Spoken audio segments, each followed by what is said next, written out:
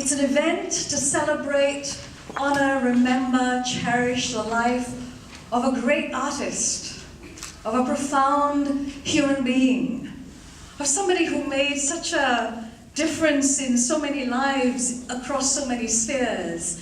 It's hard to encapsulate, it's impossible, and hence it remains unfinished. And that is Krishen Jit. There is a line from one of my plays which says, it's a protest actually, like when I die, I will be a story to be told. And the character says it with a lot of bitterness because she was near death. And that line has come back to me, especially when Krishen was near death, and especially after he died, because there were a lot of stories about Krishen, and I was actually moved and also very shocked by the amount of and the kind of stories that could be told about Krishen. Who had a lot of his own desires, and a lot of his own wants, and sometimes your wants and his wants sort of conflicted, and those conflicted moments kind of made you very upset at the time, but then you kind of got over them because he would forgive. Krishen wanted more, and not only looking at comparative modern Indonesian theatre. Identify certain keywords that stick out for you. Yeah, either keywords or images, or if you can identify the themes, just jot them down. But one of the wonderful opportunities he gave me was the fact that he introduced me and brought me into teaching at ASK.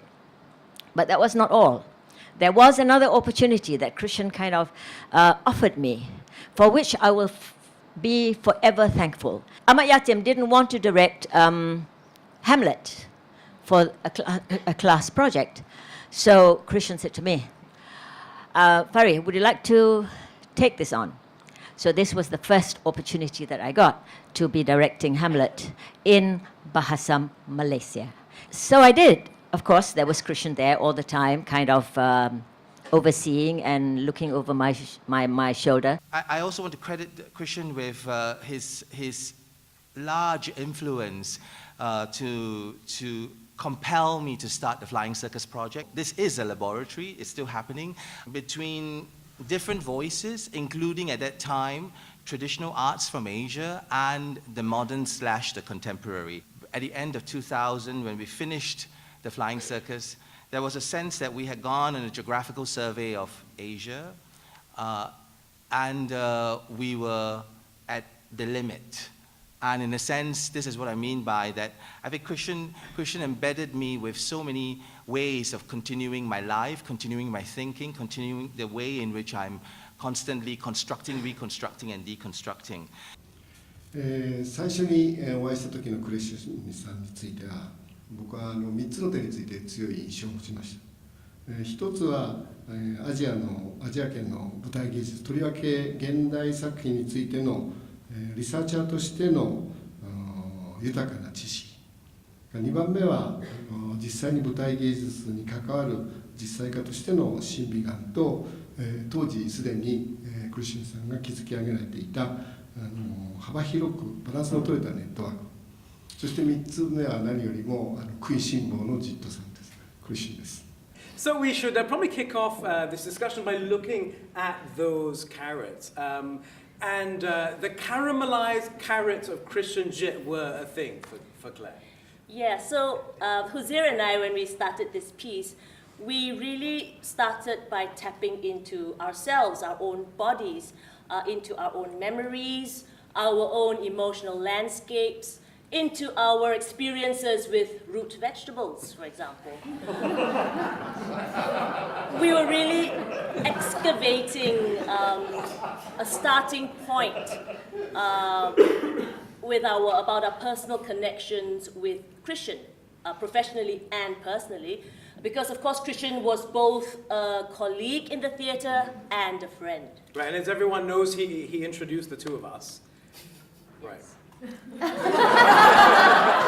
So basically what we're saying is the carrot is very versatile. Yes, it's a great vegetable. Right. Because if you think about it, it is found in both sweet and savory or spicy dishes. Right. It's found in both Eastern and Western cuisines. It can be found as an appetizer, in the main meal, or as a dessert. Carrot halva, carrot cake, very nice. Yeah. It's something so porous and so flexible that it's found in so many different cultural cuisines. And for us, that became a metaphor, of course, also for the many investigations and explorations that Krishen himself did in his work, cutting across cultures and genres. I was interested to see how, there's this kind of Foucauldian notion of dispersing a node, right? Krishen Jit is a node. It's a very big node in Malaysian theatre history. There are others. We heard from some of them yesterday. Fried American, Chin San Sui, Said Alwi, and their works don't get talked about in this way. But I guess if you look at the different panels that have been convened, or the different sessions that have been convened, the node, the discursive node that kind of surrounds Krishen Jit got dispersed in different ways. The contemporary emerges significantly in Krishen's writing from the latter half of the 1980s.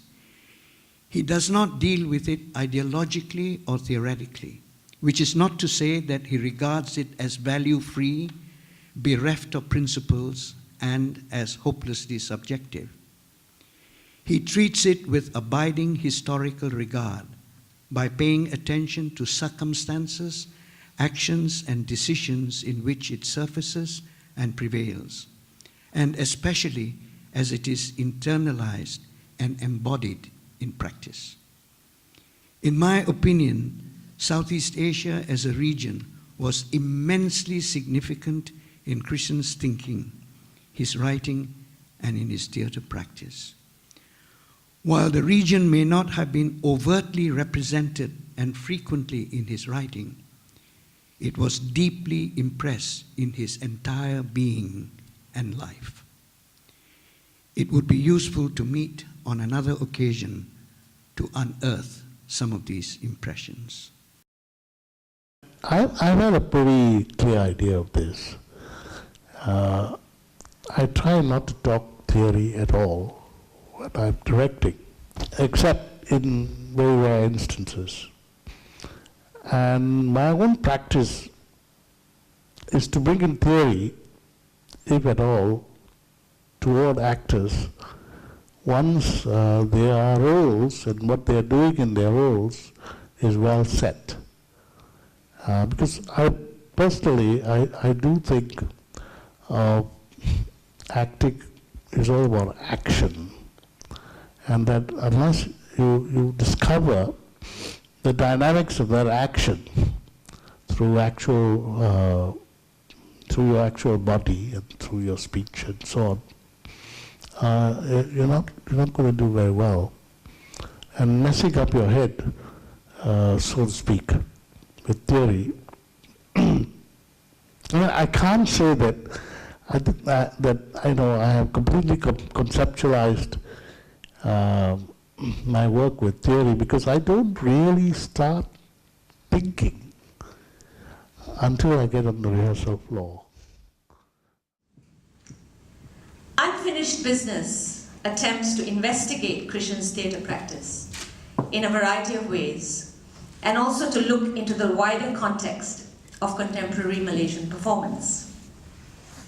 If all goes well, we will celebrate the absence of Krishen's presence. Tu me l'as dit, pas juré pour la vie.